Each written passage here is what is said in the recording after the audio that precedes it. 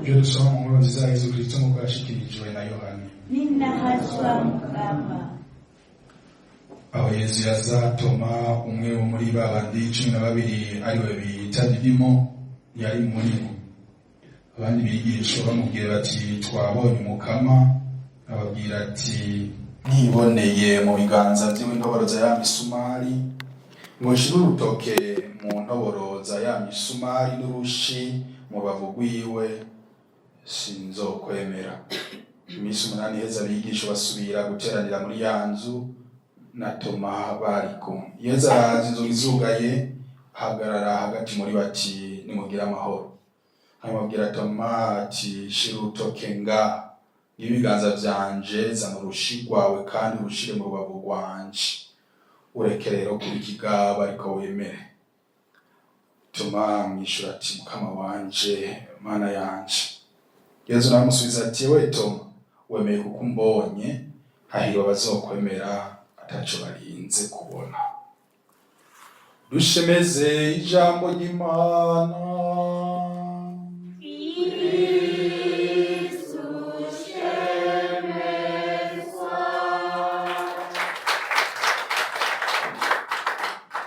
Ureke rero kuba ikigaba ariko wemere. Bavuganye umuryango w'Imana no musi wa gatatu mukakaro, Eklezia iduha guhimbaza umunsi mukuru wa Toma Mweranda, umutumwa akaba n'umuvunyi w'abubatsi, le saint patron des architectes et des constructeurs. Umunsi rero architecte n'abaconstructeurs murumva yuko ari umunsi mukuru aba bafise, muze kubaha agacupa bahimbaze umuvunyi wabo. Toma tumuzi kandi kw'izina canke kuritazirano rya Didimo, mwumvise bavuga bati ariwe bita Didimo, no kuvuga ihasa. Ntimumbaze uko iryo rindi hasa ryitwa kuko ntaryonzi. Abakristu benshi eka mbere n'abandi bantu atari n'abakristu bishizemo ko Toma ari umuvunyi w'abantu batemera canke abantu bemera bigoranye barinze kubona.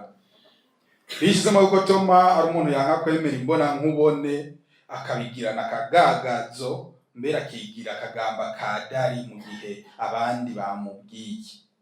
Nibyo bafise aho bafatira ko twumvise nkino nkuru nziza yuko Yesu yari yababonekeye uwo muhungu yagiye kwitemberera, hanyuma mubwiye ko bamubonye atangura kubishira ibiharatije ntiboneke. Niho bamwe baca bitwaza nino nyifato ya Toma kugira ngo basigure ubegito bwabo, basigure kutemera kwabo, basigure ubuhakanyi bwabo. Ariko ico twomenya ni kimwe, Toma tuba turahimbaza no musi, uyu Toma twumvise si umuntu w'umuhakanyi nkuko benshi bavyibaza, ahubwo ni umwe muri bamwe 12 ryari kararondera ukuri, arondera ikimenyetso kimushikana ku kwemera gushitse, kuko abandi bari babonye Yesu, mugabo wewe ntiyagira amahirwe yo kumubona, kandi babwirizwa kuzoja gushingira intahe ivyo biboneye. Niho no mu gusubiriza Yuda, Petero yavuze ati birakwiye ko mu bantu bagendanye natwe kuva umunsi Yesu abatizwa muri Yorodani gushika vanwe hagati yacu, yoza akaba icabona kumwe natwe cije yabonye. Umuntu rero ntaza kuba icabona cihuha, ntaza kuba icabona c'ibintu atabonye, aba icabona cije abonye. Nico gituma bavuga icabona, bavuga umuntu yabona. Rero Toma birumvikana ko mbega azohava aja kwigisha ivyo atabonye, abandi bavuga bati twe twarasangiye nawe, amaze kuzuka twongera tunywana nawe yaryigiriye gukizura. Ati je ntiboneye nkoreko sinavyemera. Erega inyuma y'ivyo ari vyabaye akabona ingene shebuja yishwe ruja ku musaraba akabambwa, hanyuma agapfa agahambwa, ubwenge bwiwe ntibwatahura, bwaranse kuvyemera kuko bwari bwarengewe. Ntibwumva ukuntu wa wundi yari yatabagajwe, wa wundi yapfuye ari kiruruma, yoba yasubiye kuba muzima kandi akazuka mu biruni nahaye uca no mu nzu gicugaye. Ariko ico yibagiza ni kimwe, nuko hari ibintu tudashobora guhamvya n'amaso yacu y'umubiri, ariko tukabihamvya n'amaso y'ukwemera. Ni Yesu rero yazutse yahavuye aza agakomeza muri Toma uko kwemera mu mutima wiwe, ati reka kuba ikigaba, ingurane ibyo wasabye byose uheze ubone ko ndi muzima. Nuko kwemera nyene Yesu ashaka ko gukomera muri twebwe uno munsi, muri wewe ufise ibiguhahamuye, muri wewe ufise ibiguteye ubwoba, muri wewe ufise ibyo uraba ukavuga uti ndazi ibi bintu ndimwo ntibikunda, ndazi ko ndabona yuko atari canzo kihari, ndabona ko atari agatoboro kahari vyocamwo ngo bikunde. Niwahageza ako kanya aragufasha uheze ushikire ukwemera gushitse. Ugutekereza kwa Toma hamwe n'ibibazo by'inkoramutima yabagije, ivyo yabagije Yesu biravomera ukwemera kwacu, bikadutumira natwe kurondera kwibonera no gukorakora Yesu yazutse ari mu buzima bwacu. Mu gihe Yesu ariko arasezera biwe ku mugoroba wa kane mweranda, Toma turiko turahimbaza yaritoye aremeza neza ko batazi inzira ija kwa Data. Ati muta wewe na Data ntawe tuzi, none ivyo bintu vy'inzira urayo navyo two bimenya gute? Cyari karerekana ukwemera kwiwe gukaho kugera. Niho Yesu yaboneye kubabwira ko ari we kuri inzira n'ubuzima. Toma kandi niwe muntu wa mbere mu nkuru nziza ya Yohani yagaragaje ukwemera kwiwe, yita Yesu izina ritagatifu ry'Imana. Twavyumvise ati Mana yanje mukama wanje.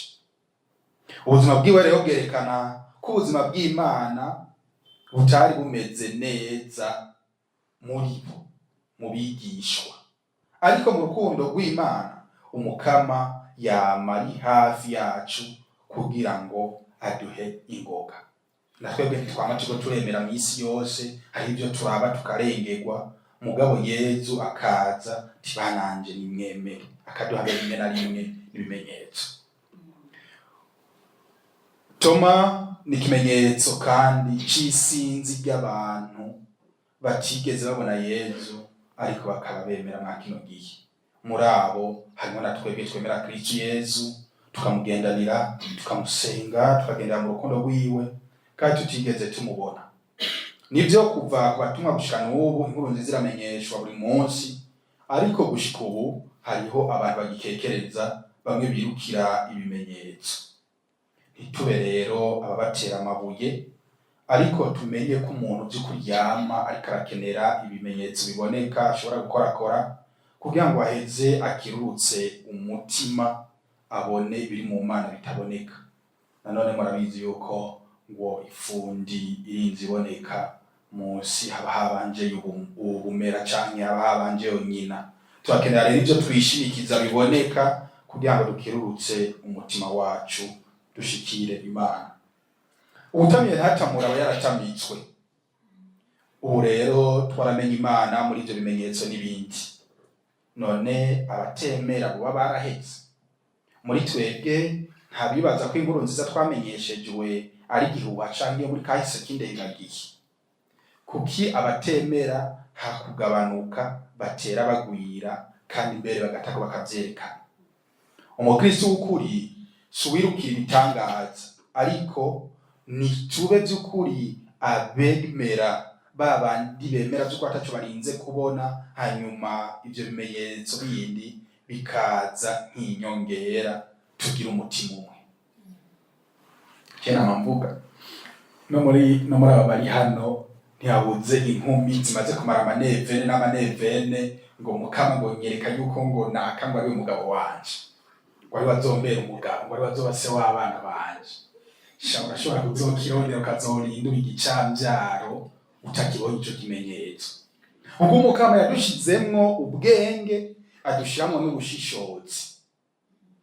nimba mugendana n'uwo musore, nimba mugendana n'iyo nkumi ukaba udashobora kuyihweza hama gusaba umukama by'ukuri akumurikire, ukaca ukenera rero ibimenyetso bikorotse mw'ijuru, ntabyo uzoronka. Hari nabo usanga bariko baribuka hariya mu baperi ku Ntahangwa n'ahandi ngo bagiye kuronderayo ibimenyetso, gukira indwara n'ibindi. Indwara ni ikimenyetso c'uko uri umuntu, c'est le signe de la fragilité humaine. None ushaka ureke kugwara kuko n'abapfa Imana niba yabahevye, ntimukirukire rero inyuma y'ibimenyetso, kuko rimwe na rimwe birahenda. Hariho n'uwo batubwira mu nkuru nziza yitwa Simoni le magicien, ngakora ibimenyetso mugabo atari iby'umukama. Sinzi rero yuko twebwe tuba twarahevye kwirukana inyuma y'ibimenyetso canke aho tuvyumvise twoba twirukayo. Toma yaragize amahirwe kuko Yezu yamweretse aho yihendeye, araheza abwirwe ijambo twumvise ati hahiriwe abazokwemera ataco barinze kubona. Ukwemera nyako rero kubonekera mu bikorwa, nikubonekera mu bimenyetso twoba tubona tukagaragura. None wowe uri kwiraba uno munsi woba uri umuhirwe kubera wemera canke uragowe? Toma yararavye hanyuma aremera, afata inzira y'ukuri Kristo Yezu, iraheza imushikana ku buzima bw'ukuri amaze kumushingira intahe. Muze rero twisabire kuno munsi ukwemera gushitse ngo dushingire intahe umukama, ubuzima bwacu tubushingire kuri Kristo Yezu, tuzoheza tuberwe no kumwihweza mu bwami bw'ijuru. Amen.